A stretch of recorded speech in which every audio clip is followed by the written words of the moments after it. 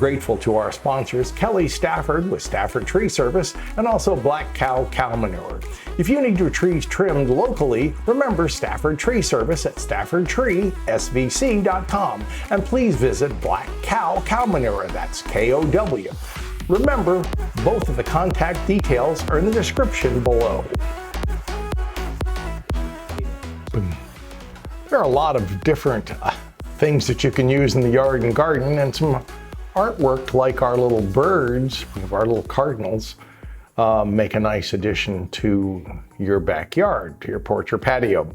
But today I want to talk about some of the euphorbias, and we often think of the crown of thorns. It's in the Euphorbiaceae family.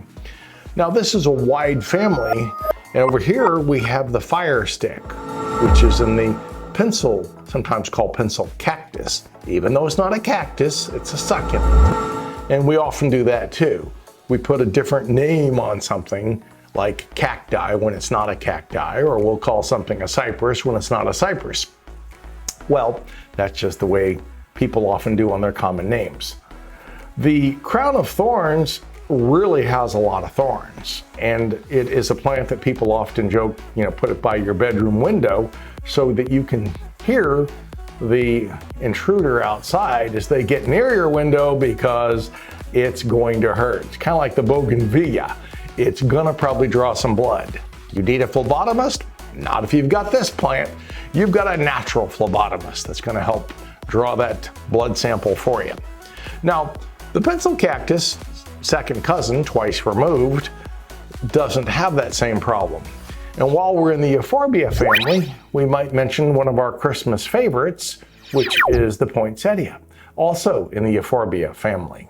Now, one of the things they do have in common, when you break them on your poinsettia or this, we have a milky sap, a latex type sap that you will see on this.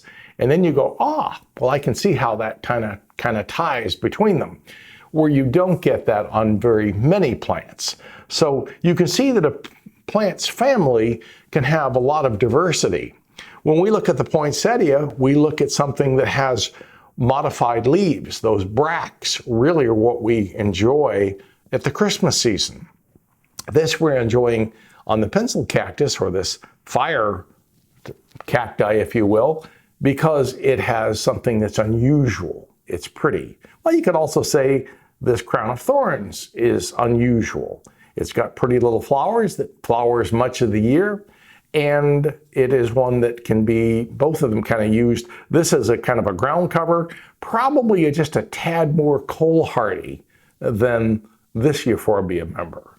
And they're probably both about the same as the poinsettia as far as cold goes. Neither one of them really like down below freezing. And I'm always amazed, right after Christmas, a day after Christmas, you'll start to see poinsettias by people's dumpsters. Why? Because it's a Christmas plant. And for the folks who like to take things down immediately, the poor plant gets demoted to the dumpster. Personally, if you're gonna get rid of the plant, I'd probably use that soil and use it around for something else, because usually it's a good peat perlite mix. But most people don't. Most people just throw the whole container away, which is kind of a wasteful in my part, or my thought process. But it's up to you. It's your plant. You decide what you want to do with it.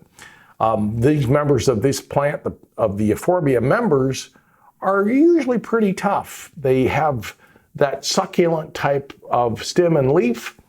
And you can see with the thorns on the crown of thorns that in most cases, nothing is going to eat upon it hardly, because it's going to be hard to get in there and eat on that stem and not get stuck. So you don't have to worry about rabbits chewing on this plant. And they don't like the milky sap too much either. So it's usually not one that's going to be attacked by critters, if you will. Insects, occasionally, but they don't seem to like the latex sap in the leaf either as far as eating upon it. So you don't normally have a lot of chewers on members of the Euphorbia family. Occasionally you may get one on the poinsettia, like a big leaf roller, or maybe one of the hornworms. But that's kind of unusual in itself too. Normally they're pretty much trouble-free. I'd improve the soil. I'd make sure it has good friability. When I say friability, I just means that the airflow can go through it well. You might add some peat, might add some bark. Often you'll see some bark chips mixed into the soil, and you may see some little pieces of perlite or vermiculite. And of course, you may add some peat or some cow manure just to improve the water holding capacity of the soil. All these members seem to do better in near full sunlight because they get more energy, and the leaf seems more robust and you'll get more flowers. If you've got more energy, of course, then the plant can do its thing. It can go ahead and put on more flowers. They'll grow in most parts of the world, and we'll see them growing everywhere. There again, one of my Indian friends told me originally that they saw them, used in a holiday plant in the middle of, I think, Bangladesh. So it can be grown almost anywhere, even areas that you might not think of as a Christmas plant. Well, people still celebrate holiday seasons all over the world. And we're, of course, glad that you are recommending us to your neighbors and friends and relatives, and that you're hitting the subscribe button. We thank you for that. And once again, thanks for watching.